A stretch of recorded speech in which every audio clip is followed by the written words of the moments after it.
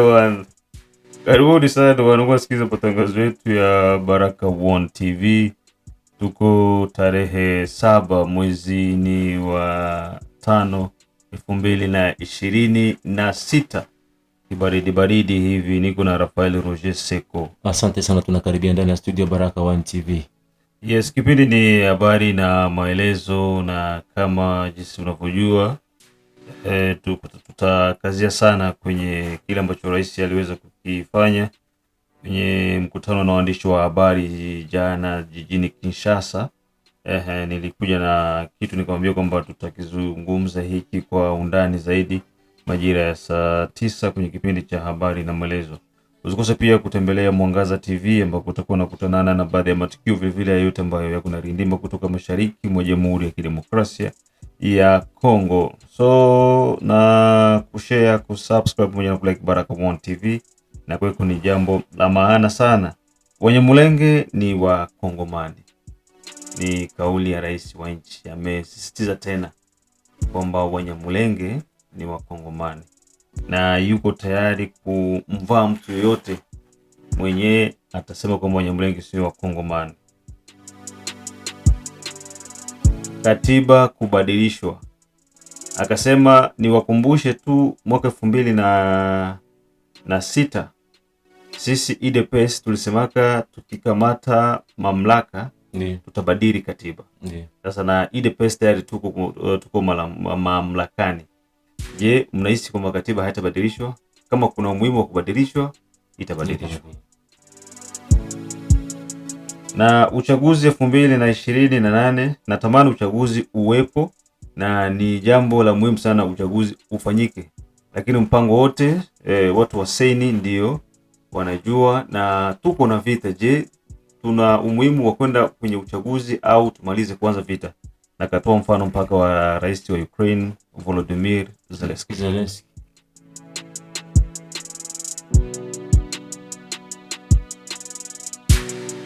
Muhula wa 3, kama raia wa Kongomani wananiruhusu wakinambia mimi nani nikatae?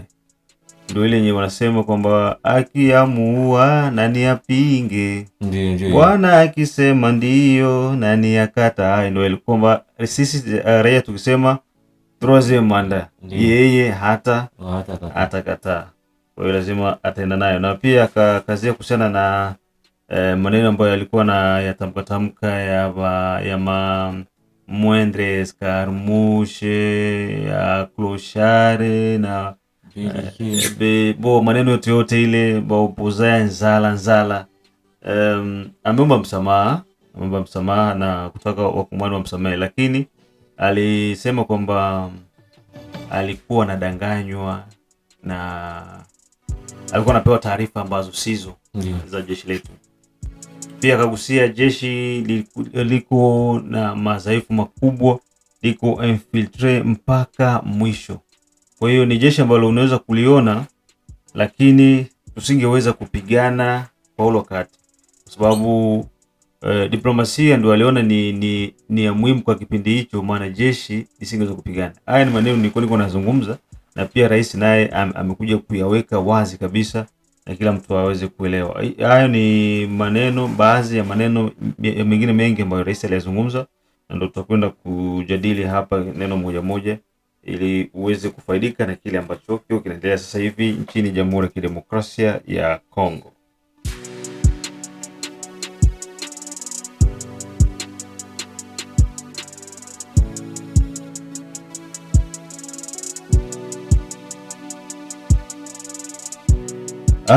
Sasa tuanze na hili neno. Katiba ya nchi nasema neno la rais ni sheria. Unaona? Ndio kisi constitution inasema neno la rais ni sheria. Rais wa Jamhuri ya Kidemokrasia ya Kongo akiulizwa swali na mwanadada Chancellor. Chancellor ni mmoja kati ya waandishi wa habari pia wa mtandaoni. Mwanadada huyu anatoa taarifa, yupo kama sisi hivi, na anapiga harakati hizi za kusaidia serikali pamoja na waza kwa ajili ya kuweza kumtwanga adui, na amekuwa akiwanufaisha wakongomani wengi sana. Na katika swali hilo ambalo aliuliza ni kuhusiana na lini jeshi la Rwanda litaondoka, pia na hata kutaka kujua kwamba jeshi kushindwa kuwa vizuri, na pia mtu mwingine ambaye aliuliza swali la kusema kwa nini rais anapendelea sana diplomasia kuliko vita, na ndio hapa yenye akaevoke sasa kuhusiana na situation yenye jeshi alikuta iko ndani. Kwa kitu ya kwanza, mwanajeshi hawezi enda kupigana bila kwenda na familia yake. Ndiyo. Na ukiangalia tu hapa mimi najiulizaga hili swali. Unaona basoda baenda ku front na mabibi yao na watoto wote wanaenda kule. Hivi leo hapa runinga. Basoda biko pale na mabibi yao. Ndio wako. Unaona? Ndio. Na ndio ilikuwa hivyo. Nani wakati tungali Luvungi. Ulikuwa unaenda Mluvungi, si unasema hapo? Ndio. Unafika Mluvungi mko nganda bari. Watu wanakula muziki mule nani Luvungi kwenyewe pale. Ndio. Ndio unakula muziki, bari zinafungua mpaka usiku, watu wanakunywa pombe. Sasa nasema ukiangalia babibi ya wasoda bia kumule ndani ba commerce, eske hapa ni kufro ama tuko mu Titanic? Sasa kile kilitokea ndio kile pale. Hii yote rais anaona, ndio anasema wanaona jeshi letu, kwa hili jeshi mtu iko na watoto yake runingu na iko napigana runingu, vita inaanza, eske atafikiria kupigana kwanza? Cha kwanza atawa ni akimbize familia yake. Sasa ukute mu 80% ya armée iko vile, nini kinafanyika? Ni shake. Na nyingine point ni fuite devant l'ennemi, lazima ifanyike. Na nyingine point ni point ya kushana na nini na hii kamata yenye iko nafanyika mu armée. Unajikuta kwamba armée iko infiltration ndio iko mingi, na wengi wanajeshi wengi wenye mko mnaona wanatumikia Rwanda. Sasa hii kamata ni kutokana na taarifa mbovu ambazo walikuwa wanampatia kuhusiana na jeshi, na ndio pale kwenye ulisikia alikuwa anasema kwamba a partir ya Goma tunaenda tushe Kigali, kusema maneno mingi ya kuaminia jeshi, lakini alikuwa kujua kwamba kumbe vitu vyenye alikuwa anasema bali mdanganya. Na ndio vilisababisha jeshi kushindwa kupigana Goma, Bukavu. Lakini kwa sasa hivi akavua kusema kwamba jeshi kwa sasa hivi liko linaenda linaimarika na limekuwa kwa kiwango ambacho sio mbaya kama kilivyokuwa hapo mwanzo. Sababu sasa hivi tunakusanya pesa na tunanunua mahitaji muhimu ya jeshi, na ndio tuko tunaona inakuwa ni tofauti na jeshi ambalo alikuja kulikuta. Ukiangalia hata formation ya hii army tuko nayo sasa hivi, bapetiki siviko na kisi wale wenye walikuwa mwanzo. Unaona kuko difference moja ni kubwa sana. So hivi yote aliweza kuevoke yote kwa pamoja na kuonyesha kwamba yote ambayo alisemaga anaomba msamaha. Ndio. Walikuwa wanamlisha maneno, kwa hiyo walimdanganya, ndio maana hakuweza kuteni. So hayo ni baadhi ya maneno ambayo Rais Felix alikuwa anayazungumza jana. Na kuhusiana na swala la uchaguzi, aligusia nini? Swala la uchaguzi alizungumzia kwamba ikiwa kwamba wananchi watataka kumpa muhula wa 3, anakuambia kwamba yuko tayari. Yeye yuko tayari ikiwa kwamba wananchi watamkubali tena kumpa troisième mandat. Mimi najiuliza sasa hapa, yeye kuna maparole alisema kwamba kwa sababu ya vita huenda uchaguzi usifanyike. Na Denis Kadima, kiongozi wa Seni, alisemaga kwamba 17 province mu 26 haina makite ya uchaguzi na vingine kadhaa vyombo vya kufanya uchaguzi. Na yeye anakia confirmer troisième mandat. Yaani hapa uchaguzi utakuwa, kwa sababu hawezi sema troisième mandat na wakati population, na wakati unasema kwamba population ikiwa kwamba itakuja, maana uchaguzi itafanyika. Uchaguzi unaweza kufanyika kama vita itaisha kabla ya 2028. Ndio kusema hivyo. Ndio.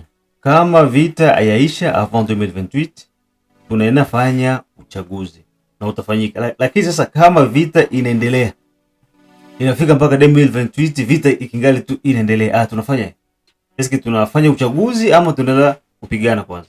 Na kutoa mfano mpaka wa Zelensky leo hivi anaenda mwaka wa 2. Ndio. mwaka pili muhula wake umeisha, lakini endelea. Sasa context yenye tuko nayo ni tofauti na ile ya Kabila. Ndio. Kabila yeye alifanya vile, alikuwa hana vita. Miaka glisi, miaka miwili. Lingine la kuzungumza. Kusema kwamba juu ya vita uchaguzi sifanyike, ndio tuko mu vita, lakini uchaguzi unatakiwa kufanyika juu ni parmi ma devoir na ikuonesha kwamba nchi iko demokratiki. Nalizungumza hili mu 2023 tulifanya uchaguzi, lakini Bunagana ilikuwa mikono ya M23. Bunagana ilikuwa mikono ya M23, tukafanya uchaguzi na ukafanyika na rais Felix akapita, akaendelea na muhula tena. Kusema kwamba yeye aseme ni juu ya vita uchaguzi sifanyike, ndio kuko mazone za mingi zenye ziko sensible zenye hazitafanyiziwa uchaguzi juu ya maeneo ya mazone yenye ukipenda M23. Sio mfano hii Plaine de la Ruzizi, ile Masange unaiba mpaka kule Bukavu, Goma, ile ni mazone kutanisha swate. Kama ikiwa hiyo wakati itafika, uchaguzi unafanyika juu tu ya kuremplir ma formalite ya kuonyesha kwamba nchi iko demokratiki. Tuseme sasa muhimu vile ziko kipe ndio uchaguzi usifanyike. Wengine wote wafanye Goma na Bukavu wanasifanye na huko kote. Inawezekana. No. Inawezekana, pourquoi nasema vile? Bunagana na hii sasa hivi ni vitu mbili tofauti. Kwanza utajua wenye waliokipe Bunagana walikuwa ni watu wa aina gani. Sawa? Ndio. Na wakati Bunagana inatokea ilikuwa mu context gani? Mobilisation ilikuwa zamani iko nafanyika, iko ankuu. Sasa hii ilianza kabla. Unaona? Ilikianza hivi kabla. Sasa ninaomba kwenda navyo kulingana na wakati wake jinsi unastahili ukue. Lakini kusema kwamba uchaguzi haufanyiki dede seni inakwambia iko mu difficulty ya makiti na mambo mengine. Kwa hiyo kunaweza kuwa inakuwa ama isikuwe. Ni kulingana na hali halisi yenye tunapitia sasa hivi. So nafikiri kwa hivyo ndio venye vinaweza kufanyika. Bora tuwape nafasi pia watu waweze kutizama jinsi vilivyokuwa wakati rais anazungumza na waandishi wa habari, na nafikiri ulikuwa ni ujumbe muhimu sana kwa Wakongomani wote. Afu tutakuja kukutana baadaye. C'est aussi une autre arme, la diplomatie. Vous ne devez pas la redouter. Lorsque le président Obama, que je respecte, dit ce genre de choses, mais bien sûr, il a été le président de la première puissance mondiale. Forcément, quand vous dites ça à un Américain, il va vous dire, mais non, mais défendez-vous, parce que c'est le réflexe qu'un Américain aurait. Cherchez votre solution vous-même. Il a raison. Maintenant, c'est à ça que nous travaillons. Mais en même temps, nous avons des amis. Et quoi de plus normal que de solliciter ces amis lorsque nous sommes en difficulté pour leur dire, mais attendez, vous voulez venir faire des affaires ici? Mais le mieux à faire serait de nous aider d'abord à recouvrer la paix, la sécurité, la stabilité. C'est même bien pour vos propres investissements, vos propres intérêts. Donc, je ne trouve pas du tout d'inconvénient à avoir privilégié la diplomatie, parce que dans mon entendement, la guerre, pour moi, elle est inutile, surtout entre Africains. Quand on est entre frères africains, nous sommes tous logés à la même enseigne, nous les Africains. Nous avons des défis à réaliser, à relever. Pourquoi est-ce que nous devons nous regarder en chien de faïence, vivre en ennemis, alors que nous sommes voisins pour la vie? Pour la vie. Ces pays ne se déplaceront jamais, les populations encore moins. Donc vivons plutôt en nous regardant en frères, en construisant des ponts, plutôt qu'en construisant des murs. C'est ça mon entendement. Et donc je ne pouvais pas être préparé à la guerre. J'ai été surpris, mais Dieu merci, j'ai pu trouver les moyens, mobiliser les ressources nécessaires pour renforcer les capacités de notre armée. Et aujourd'hui, ce n'est pas encore terminé, c'est vrai. Il y a beaucoup de recrues en formation, il y a beaucoup de commandes qui ont été passées. Enfin, nous sommes en train de monter l'armée en puissance. Il y a des réformes, encore d'autres réformes qui vont arriver, parce que nous avons compris que la République démocratique du Congo, avec ses 9 voisins, et les opportunités qu'elle peut offrir est susceptible d'être l'objet de convoitises, et convoitises pouvant parfois amener certains à des dérives. Et donc pour ça, nous devons nous défendre et apprendre à bien le faire. C'est à ça que j'ai travaillé, que je continue à travailler avec le gouvernement, et ça se passe bien, Dieu merci. Touchons du bois pour que cela continue. Nous allons prendre une autre question dans la même thématique, diplomatie, sécurité. Pas besoin de vous mettre debout, hein, comme M. Anissé tout à l'heure, hein, je vous vois. Alors, je tiens à le rappeler, le chef de l'État est vraiment là, à votre entière disposition. Il répondra à toutes vos questions sans tabou. Mais pour permettre, en tout cas, à ce que beaucoup de gens puissent participer à cet exercice, prière, s'il vous plaît, respectez les consignes, pas de commentaires, pas de conseils, vous pourrez le faire peut-être plus tard. Allez tout droit à la question et surtout pas des sous-questions, pas une question à plusieurs volets. Madame Ange Kassongo, Reuters.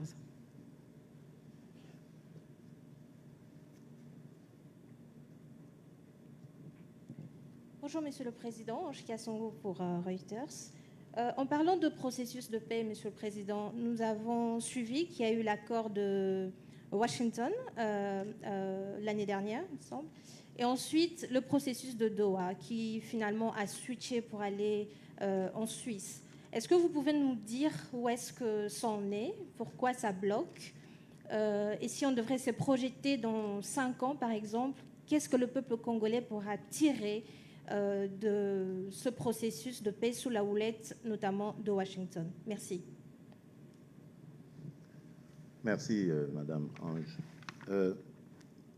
Je ne sais pas, je ne comprends pas pourquoi est-ce que vous me demandez tout le temps de lire l'avenir. Il n'y a que Dieu qui connaît l'avenir. La question d'Anissé aussi était de dire quand est-ce que la guerre se terminera. Mais non, n'oubliez pas que c'est un conflit qui date de 30 ans. Madame, je ne vous apprends rien. Pendant 30 ans, notre pays a été spolié, déstabilisé et complètement désorganisé, désarticulé. L'histoire nous dira s'il y a eu des complicités internes au sommet des institutions pour faciliter cela. C'est un autre débat. Pour revenir à ce que vous dites, à vos questions, je dirais le processus d'abord de Doha, c'est vrai, vous avez utilisé le terme dévoyé, je crois. Non, il a switché, vous avez parlé de switcher, c'est toujours le processus de Doha. Attention, ce n'est pas un nouveau processus. Simplement, on a évité d'amener les délégations à Doha parce que vous connaissez la situation dans la région avec l'Iran et la crise qu'il y a en ce moment. C'est pourquoi, par mesure de prudence, les Qataris avaient souhaité que la Suisse reprenne la main, mais ça rien que pour offrir son territoire, mais c'est pas qu'il y a un début d'un autre processus. Et lorsque vous dites que les choses n'avancent pas, je pense qu'elles avancent, parce que nous avons trouvé un accord sur le cessez-le-feu, même s'il n'est pas respecté par la partie adverse. Nous avons également trouvé un accord sur l'échange de prisonniers et aussi sur l'ouverture des voies humanitaires. Je crois que si mes souvenirs sont bons, je pense qu'il nous reste 5 autres points qui sont beaucoup moins importants et qui vont nous conduire petit à petit à l'issue des discussions. Et ce que je veux vous dire ici, c'est que ne vous en faites pas, c'est normal. Comprenez cette difficulté à conclure les choses, parce que, comme je vous l'ai dit, ça fait 30 ans que le Rwanda vit sur l'économie de la République démocratique du Congo en pillant nos ressources. Donc, son économie qu'il s'est affairé à raconter partout qu'il est le fruit de sa bonne gouvernance n'est en fait qu'un leurre. Son économie reposait sur le pillage de nos ressources. Voilà pourquoi c'est difficile aujourd'hui pour lui d'arrêter cette manœuvre, étant donné qu'il la faisait cette manœuvre avec des complicités internationales, parce que ces ressources pillées en République démocratique du Congo étaient écoulées sur certains marchés. Mais aujourd'hui, que toutes ces portes se referment, c'est ce qui explique évidemment ce que vous voyez là, son agitation. Parce qu'il sent l'étau se resserrer de plus en plus sur lui. Et moi, je vous dis, je suis convaincu que nous aurons un aboutissement heureux. Quand, je ne sais pas, parce que les négociations, on sait comment ça va, des fois ça marche, des fois ça s'arrête, ça se bloque parce qu'il y a eu tel incident sur le terrain, ou, enfin, il y a plusieurs paramètres qui rentrent en ligne de compte. Mais une chose est certaine, et elle nous a été dite d'ailleurs aux États-Unis, après que l'on ait apposé nos signatures, nous avons engagé l'honneur et l'image des États-Unis. Et les États-Unis n'accepteront pas que cet honneur et cette image soient souillés.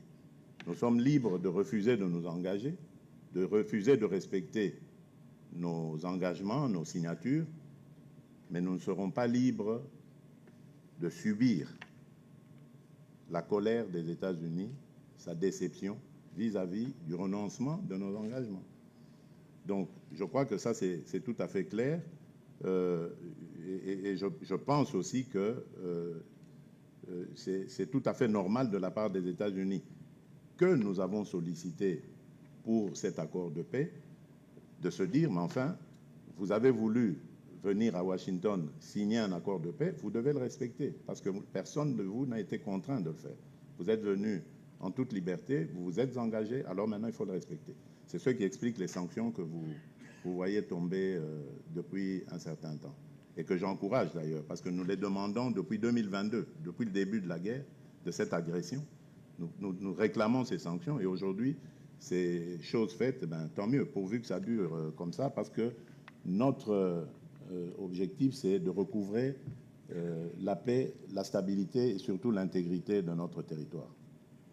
Alors, je pense qu'on peut passer à une autre thématique, hein, mais si jamais il y a une question dans la thématique diplomatie et sécurité qui n'a pas été posée, ne vous en faites pas. Il y a une dernière rubrique où on va peut-être rattraper tout ça. Il y aura d'autres questions d'actualité. D'accord ? Alors, on évolue quand même. On passe à la thématique politique et gouvernance. Vous avez des questions sur la politique et gouvernance, Monsieur Moulegua ? Allez-y. Monsieur Moulegua, allez-y. RFI. Et puis, je reviens par ici. Merci. Vous allez parler, madame. Pascal Moulegua de Radio France Internationale et président élu de la presse internationale en RDC. Monsieur le Président, je vous ai suivi. Vous avez dit que la réflexion autour du changement ou de la révision de la Constitution ne peut pas être interdite. Sortons de la réflexion parce que votre camp a déjà pris une position, je peux même dire officielle. Pour votre camp, vous n'avez plus des mandats, mais plutôt des missions. Monsieur le Président de la République, serez-vous tenté de toucher aux fruits interdits du troisième mandat, parce que vous êtes censé ne plus être au pouvoir après 2028? Merci. Oui. Bon, d'abord, Monsieur Pascal Moulegua, lorsque vous venez dans un débat sérieux, il ne faut pas amener les slogans. C'est tout à fait normal. Vous voyez, en campagne électorale, tout le monde, il est beau, tout le monde, il est gentil. C'est un peu ce qui se passe aussi. Mes partisans, c'est tout à fait normal qu'ils vantent et qu'ils amènent leurs arguments avec des slogans. Ne prenons pas ça en compte. Ne prenons pas ça en compte, c'est vraiment de l'ordre de la distraction, du débat, en fait. Mais revenons sur ce que vous avez dit. Moi, je crois qu'il y a à la fois une question qu'il faut se poser et une autre chose qu'il ne faut pas faire. La question qu'il faut se poser, c'est celle de savoir, avons-nous le droit, oui ou non, de nous pencher sur notre Constitution et de l'examiner pour voir si elle entre bel et bien en ligne de compte de nos visions. Vous savez, M. Moulegua, en politique, il y a deux catégories. Il y a les hommes politiques, femmes politiques, et les hommes d'État, femmes d'État. Connaissez-vous la différence entre les deux? L'homme politique pense aux prochaines élections, l'homme d'État pense aux prochaines générations.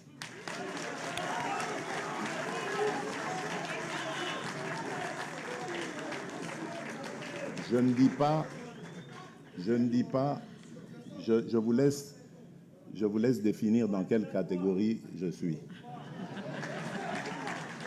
Mais ce que je veux vous dire simplement, c'est que la responsabilité que les Congolais m'ont confiée n'est pas de m'arrêter à ce que je vais faire pendant le mandat. C'est d'aussi regarder les générations à venir. Qu'est-ce que je vais préparer pour eux, sans forcément être là, mais qu'est-ce que je vais préparer pour mon successeur? Qu'est-ce que je vais faire pour que celui qui va me succéder ou celle qui va me succéder ait aussi la facilité? Parce que moi, je vous dis, moi, je me mettrai à la disposition de mon successeur. Je n'irai pas prendre les armes contre lui. Et à la disposition de la République. Je vais m'effacer pour lui faire vraiment toute l'honneur, tout l'honneur qui lui revient, mais je serai là dans l'ombre, prêt à servir dès qu'il ou elle a besoin de moi. Et donc, je pense que c'est dans cette optique qu'il faut regarder les choses. Qu'est-ce qui est bien pour nous dans cette Constitution? Faut-il la garder ou pas? Qu'est-ce qui nous interdit de nous pencher dessus et regarder cela? C'est ça. Alors la chose qu'il ne faut pas faire, c'est de lier cet exercice à un troisième mandat. Je n'ai pas sollicité de troisième mandat, mais je vous le dis, si le peuple veut que j'ai un troisième mandat, j'accepterai.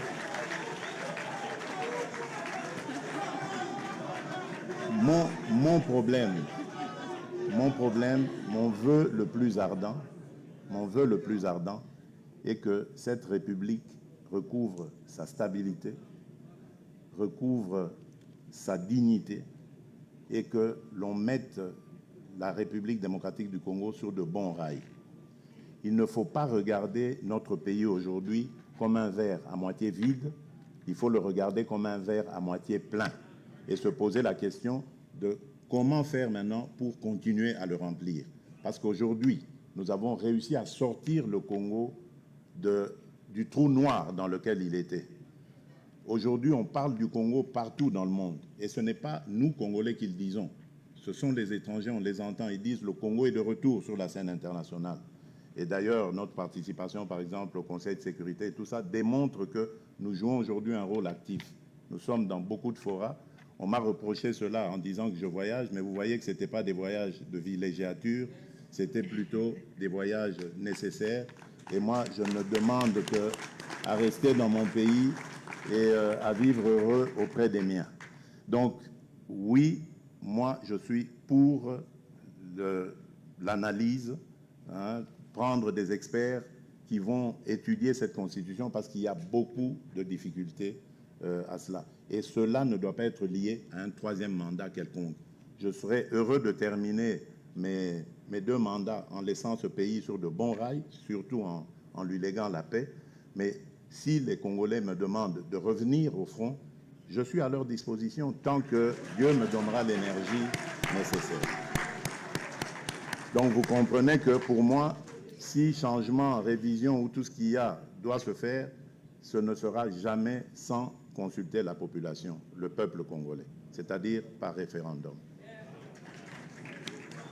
Merci, Excellence, Monsieur le Président. On continue des questions sur la politique et la gouvernance. Une dame, Madame Amina Biwan, télévision. Monsieur le Président, au mois de juillet de l'année dernière, vous aviez tenu un conseil des ministres où vous avez fustigé que la ville de Kinshasa était sale. Des mesures avaient été annoncées. Des mesures avaient été également annoncées par rapport à la sécurité routière. Les taxis-motos ont été interdits d'accéder aux axes dits dangereux. Mais aujourd'hui, 10 mois plus tard, il y a une sorte de statu quo les taxis-motos continuent à emprunter les artères interdites. Il y a beaucoup de problèmes de gestion de déchets ménagers. Alors face à ce statu quo, on a comme le sentiment qu'on ne vous écoute pas beaucoup au sujet de l'insalubrité dans la ville. Ma question, le problème, ce sont les hommes ou les textes et les sanctions? Alors si vous le permettez, je vais prendre des questions qui ont été laissées sur mes réseaux sociaux parce que quand j'ai Non, annoncé malheureusement, on l'a bien dit. Juste une, s'il vous plaît. Laissées sur les réseaux sociaux par... ça va dans la même thématique? Oui, ça va dans la politique de la ville? Bien sûr, bien sûr. Alors, une question rapidement. Juste une sur la centaine que j'ai eue. Vicky Odia dit ceci: quand vous passez avec votre cortège et vous voyez des millions de quinoa à pied, qu'est-ce que vous vous dites, Monsieur le Président? Merci beaucoup. Bon, souvent d'ailleurs, quand je passe avec mon cortège, les milliers de quinoa à pied me saluent. Je ne sais pas ce que je dois me dire. Est-ce que je dois être triste ou heureux? Moi, je suis heureux de saluer mes compatriotes quinois. Je crois que vous voulez faire allusion au transport. Ça, je le sais. On en voit des fois comme ça, surtout en temps de pluie, lorsque les rues sont inondées et que des gens sont obligés de marcher de longues distances, etc. Je suis le premier à le regretter, mais ce n'est pas un phénomène nouveau à Kinshasa. Vous devez comprendre que cette ville a longtemps été laissée sans urbanisation, sans politique d'urbanisation. Et vous avez tout ce que, donc c'est-à-dire les embouteillages,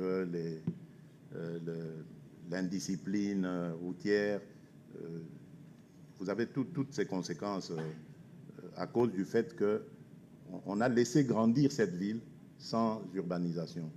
On est passé de un peu moins d'1 million d'habitants dans les années 60 à près de 20 millions d'habitants aujourd'hui. Donc vous voyez qu'en l'espace d'une cinquantaine d'années, à peu près, on a explosé, la démographie a explosé à Kinshasa sans être accompagnée par une politique de ce sens. C'est pour ça qu'aujourd'hui, nous parlons d'extension de la ville, parce que nous comprenons que vivre sur l'espace dans lequel nous vivons aujourd'hui devient impossible, intenable.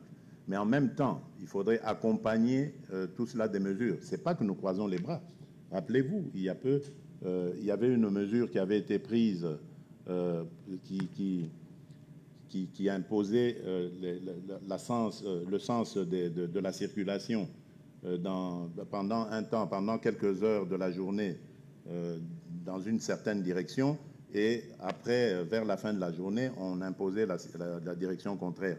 Nous avons pensé, après analyse et travail avec des experts, même en Conseil de ministres, on a reçu ces experts qui nous ont expliqué que c'était possible et que ça pouvait marcher. Donc, malheureusement, l'expérience n'a pas abouti, n'a pas été heureuse, mais ce n'est pas pour autant que nous allons nous croiser les bras. Aujourd'hui, il y a quelques milliers d'agents complémentaires qui sont en train d'être formés et qui vont venir à la rescousse des agents de circulation, les policiers habituels, pour essayer, surtout dans les carrefours, parce que c'est là que commencent vraiment les embouteillages, et essayer comme ça d'aider à désengorger ces points d'engorgement.